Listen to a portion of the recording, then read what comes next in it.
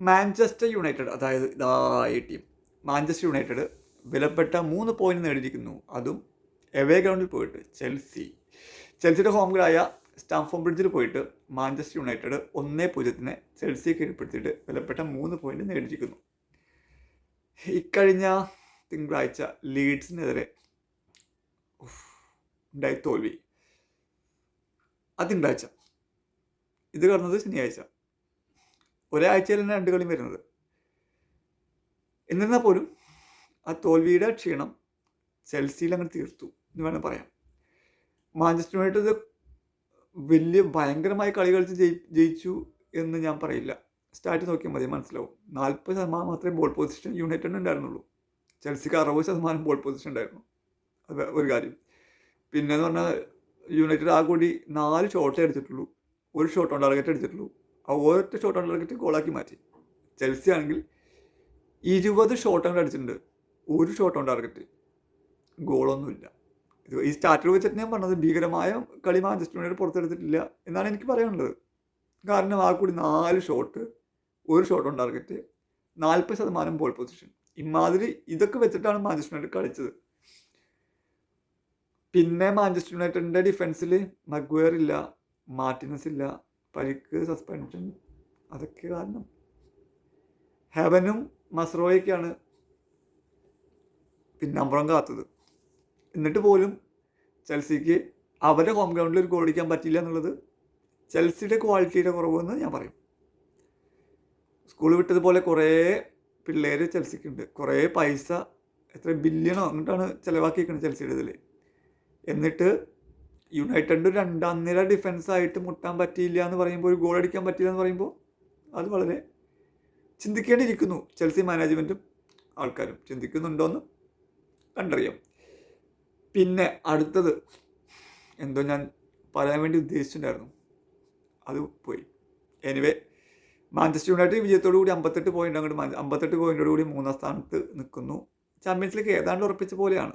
5 ടീമുകൾക്ക് ഇപ്രാവശ്യം champions league കളിക്കാമെന്നുള്ള സംഭവമാണ്. Coefficient നിയമങ്ങളൊക്കെ എന്തോ അനുസരിച്ചിട്ട് എന്ന് പറഞ്ഞാൽ ചാമ്പ്യൻസ് ലീഗ് യൂറോപ്പിലെ കോമ്പറ്റീഷൻസ് വെച്ചിട്ട് ചാമ്പ്യൻസ് ലീഗ്, യൂറോപ്പ് കോൺഫറൻസ്, അതിലൊക്കെ പ്രീമിയർ ലീഗ് ടീമുകൾ ഭയങ്കര നന്നായിട്ട് പ്രകടനം കാഴ്ചവെച്ചത് കൊണ്ട് ചാമ്പ്യൻസ് ലീഗിൽ 5 ടീമുകൾക്ക് ഇപ്രാവശ്യവും, കഴിഞ്ഞ പ്രാവശ്യം അങ്ങനെ തോന്നുന്നു, ഇപ്രാവശ്യവും 5 ടീമുകൾക്ക് പങ്കെടുക്കാനുള്ളത് കൊണ്ട് മാഞ്ചസ്റ്റർ യുണൈറ്റഡ് ഏതാണ് ചാമ്പ്യൻസ് ലീഗ് സേഫാണ്.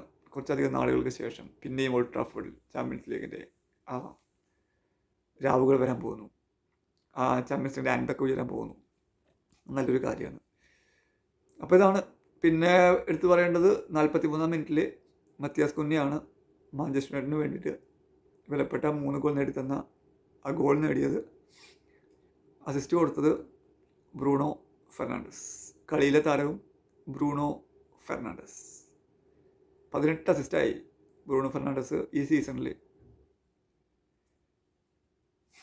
ആൾ തന്നെയാണ് ഈ സീസണിൽ ഏറ്റവും കൂടുതൽ അസിസ്റ്റ് കൊടുത്തിട്ടുള്ളത്.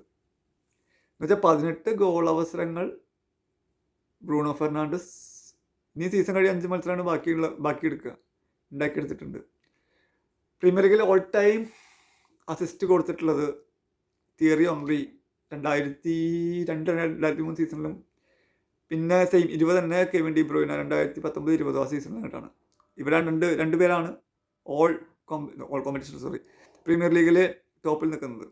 ഇതിപ്പോൾ ഓൾറെഡി ബ്രൂണോയ്ക്ക് 18 ഇനി 2 കൂടി 3 എടുത്തു കഴിഞ്ഞാൽ ബ്രൂണോ ടോപ്പാവും. ആലോചിക്കണം, കോച്ചുമാരെ മാറ്റിയിട്ടും പരിശീലകന്മാരെ മാറ്റി കളിക്കുന്ന മാഞ്ചസ്റ്റർ യുണൈറ്റഡ് സൈഡിലൊരു പ്രധാനപ്പെട്ട കളിക്കാരൻ്റെ കാര്യമാണ് കേട്ടോ. 18 അസിസ്റ്റ്, ബ്രില്യൻ പ്ലെയർ, ഒന്നും പറയാനില്ല. ബ്രില്യൻ പ്ലെയർ, അസസ് ചെയ്യുന്നു, കാര്യങ്ങൾ ചെയ്യുന്നു, ഒക്കെ ചെയ്യുന്നു. ഹെവൻ കിഡിലനായിട്ട് ഇന്നലെ കളിച്ചിട്ടുണ്ട്, നല്ലൊരു പെർഫോമൻസ് ആയിരുന്നു.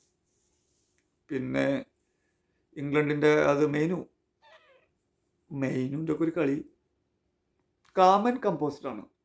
ആളുടെ മെയിനുൻ്റെ കയ്യിൽ ബോൾ കിട്ടുമ്പോൾ കളി കാണുന്നൊരു മാഞ്ചസ്റ്റർ യുണൈറ്റഡിന് ഇഷ്ടപ്പെടുന്ന ഒരു വ്യക്തിയുടെ നിലയ്ക്ക് മെയിനും കാമൻ കമ്പോസ്റ്റാണ്. കളി കാണുന്ന നമ്മളും കാമാണ്. ഓക്കെ, മെയിനുൻ്റെ കയ്യിൽ ബോൾ, മെയിനും എന്തെങ്കിലുമൊക്കെ ചെയ്താൽ ഫ്രണ്ടിൽ ഇട്ട് കൊടുക്കും, അല്ലെങ്കിൽ എങ്ങനെയൊക്കെ ചെയ്ത് ആ ബോൾ ഡീൽ ചെയ്യും എന്നൊരു ഉറപ്പ് നമുക്കുണ്ട്. അത് മെയിന് പാലിച്ചിട്ടുണ്ട്. അങ്ങനെയൊക്കെ കുറച്ച് പേരുടെ കളി നല്ലതായിട്ടുണ്ട്. എന്നാലും ഭാരിച്ച കളികളൊന്നും മാഞ്ചസ്റ്റർ എടുത്തിട്ടില്ല. എടുക്കാനുള്ള അവസരം ഉണ്ടാക്കിയിട്ടുമില്ല ചെൽസി. ഗർനാച്ചോനെ ഇറക്കിയിരുന്നു.